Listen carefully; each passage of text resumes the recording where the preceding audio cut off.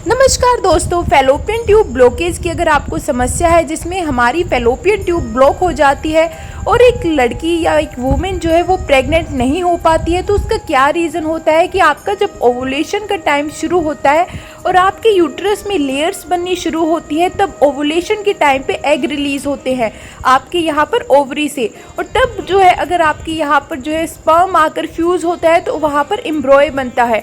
और ये स्पर्म और एग की जो फ्यूज़न होती है वो फैलोपियन ट्यूब में ही होती है। अगर फैलोपियन ट्यूब ही ब्लॉक होगी तो ना एग जो है वो स्पर्म तक पहुंच पाएगा और ना ही आप जो बेबी कंसीव कर पाएंगे नेचुरली। तो उसके लिए हम कुछ योगासन करेंगे जिनसे जो आप यहाँ पर अपनी ट्यूब ब्लॉकेज को सही कर सकते हैं। सबसे पहले हम जानु शीर्षासन करेंगे, जिसमें हम एक पैर को थाई के साइड में लगाएंगे, दूसरे पैर को सीधा रखेंगे और सांस छोड़ते हुए आगे की तरफ जाएंगे। अंगूठा पकड़ेंगे, कोहनियों को नीचे ज़मीन पर टिकाएंगे और अपने पूरे शरीर को अपने पैर पर बिल्कुल सीधा कर देंगे और यहीं पर 10 सेकंड के लिए होल्ड कीजिए और वापस आ जाइए। इस तरह से आप इसको 3 से 4 बार करिएगा। पैरों में दर्द हो तो थोड़ा सा शेक कर लीजिएगा।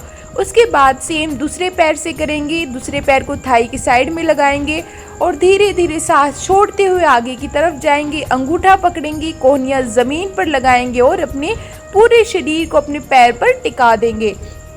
10 सेकंड का होल्ड कीजिए और 3 से 4 बार इस आसन को इस पैर से कीजिए। तो 3 से 4 बार दोनों पैरों से आपको करना है। फैलोपियन ट्यूब क्यों होती है ब्लॉकेज? उसके रीजन है pelvic inflammatory disease, tuberculosis, ectopic pregnancy, abdominal surgery या फिर पीरियड्स इंटरनल ब्लीडिंग।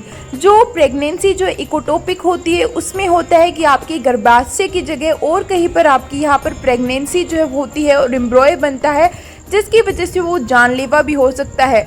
और पीरियड्स इंटरनल ब्लीडिंग में आपके जो है पीरियड्स की ब्लीडिंग बाहर नहीं आती बल्कि वो आपके पेट में ही रहती है और वो आपको इन्फेक्शन करती है। तो यही सब रीज़न होते हैं। अब हम पश्चिमोत्तान आसन कर रहे हैं, जिसको आपको कम से कम 3 से 4 बार करना है। जानु शीर्षासन की तरह ही, बस दोनों पैर सीधे करने हैं। तीसरा हम करेंगे यहीं से बटरफ्लाई पोज।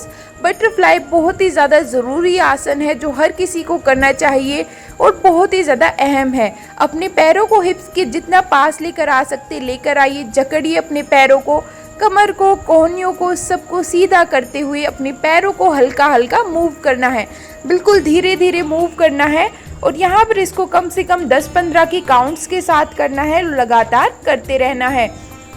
कोशिश कीजिए कि आप अपने पैरों को ज़मीन पर लगाने की कोशिश करें, जितना हो सके पैरों को ज़मीन पर लगाने की कोशिश कीजिए। अगर आपकी हिप्स और लेग्स में डिस्टेंस आ जाता है तो थोड़ा सा पैरों को वापस पीछे कर लीजिए और इसी तरह से 15 से 20 बार करते रहिए।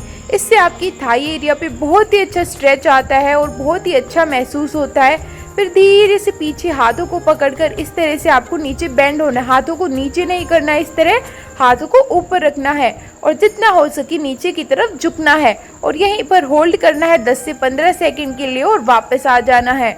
एक बारी फिर से करेंगे, हाथों को पीछे ऊपर उठाते हुए जितना हम होल्ड कर सकते हैं होल्ड कीजिए यहाँ पर और वापस आ जाइए। इस तरह से इसको आपको 3 से 4 बार करना है। फिर अपने घुटनों से यहाँ पर स्ट्रेच करना है, अपने घुटनों को अपने हाथों को रखकर जितना हो सके नीचे की तरफ ज़मीन पर लगाने की कोशिश करनी है, जैसे मैं कर रही हूँ। तो ये बहुत ही ज़्यादा ज़रूरी है आपके लिए। फैलोपियन ट्यूब की जो ब्लॉकेज होती है, नसें होती हैं, उन सबको खोल देता है। तो इस तरह से हम ये करेंगे। अगला हम करेंगे यहाँ पर सिंपली अपना मलासन। आपको अपने पैरों पर बैठ जाना है, एड़ियाँ अंदर की तरफ, पंजे बाहर की तरफ, कमर गर्दन सीधी और बिल्कुल आराम से एल्बो स्ट्रेच करते हुए घुटनों को, एल्बो से आपको अपने घुटनों को स्ट्रेच करना है बाहर की तरफ और नमस्कार मुद्रा में मलासन में यहाँ पर 2 मिनट के लिए आराम से बैठ सकते हैं। होल्ड करना बहुत ही ज़्यादा ज़रूरी होता है। फिर अंगूठों को पकड़कर यहाँ पर हम ऊपर की तरफ जाएंगे, पैरों को सीधा करेंगे और वापस मलासन में आएंगे। तो मलासन और उत्तान आसन का हम यहाँ पर कॉम्बो कर रहे हैं। मलासन करेंगे और फिर उत्तान आसन करेंगे। धीरे धीरे करना है, अपने पैरों के बीच में आना है जब मलासन करते हैं और जब ऊपर जाते हैं तो पैरों को सीधा कर लेना है, घुटनों को सीधा रखना है। तो इस तरह से हमें इसे करना है। कम से कम 10 से 15 बार कीजिए। इससे आपका ब्लड फ्लो जो है वो बहुत ही अच्छी तरह मूव करता है और यहाँ पर आपकी जो है आपकी नसें जो है वो भी खुलती है। तो अब हम यहीं से चाकी चलान आसन करेंगे, जो कि पुराने ज़माने में प्रेग्नेंट औरतों को बहुत ज़्यादा बताया जाता था करने के लिए। तो इसलिए ये आपको बहुत ज़रूरी है करना। धीरे धीरे सांस छोड़ते हुए आगे की तरफ, सांस भरते हुए पीछे की तरफ, सांस छोड़ते हुए आगे की तरफ, सांस भरते हुए पीछे की तरफ। कम से कम दोनों तरफ 10-10 बार करना है। पहले क्लॉकवाइज करना है, आगे की तरफ जाना है, पीछे की तरफ, फिर एंटी क्लॉकवाइज करना है दूसरी तरफ। आपको जैसे एक घड़ी की सुई घूमती है क्लॉकवाइज और फिर एंटी क्लॉकवाइज दूसरी तरफ, इस तरह से आपको इसको करना है। जितना हो सके आगे जाना है अपने पैरों से, ताकि आपको बहुत ही अच्छा स्ट्रेच फील हो।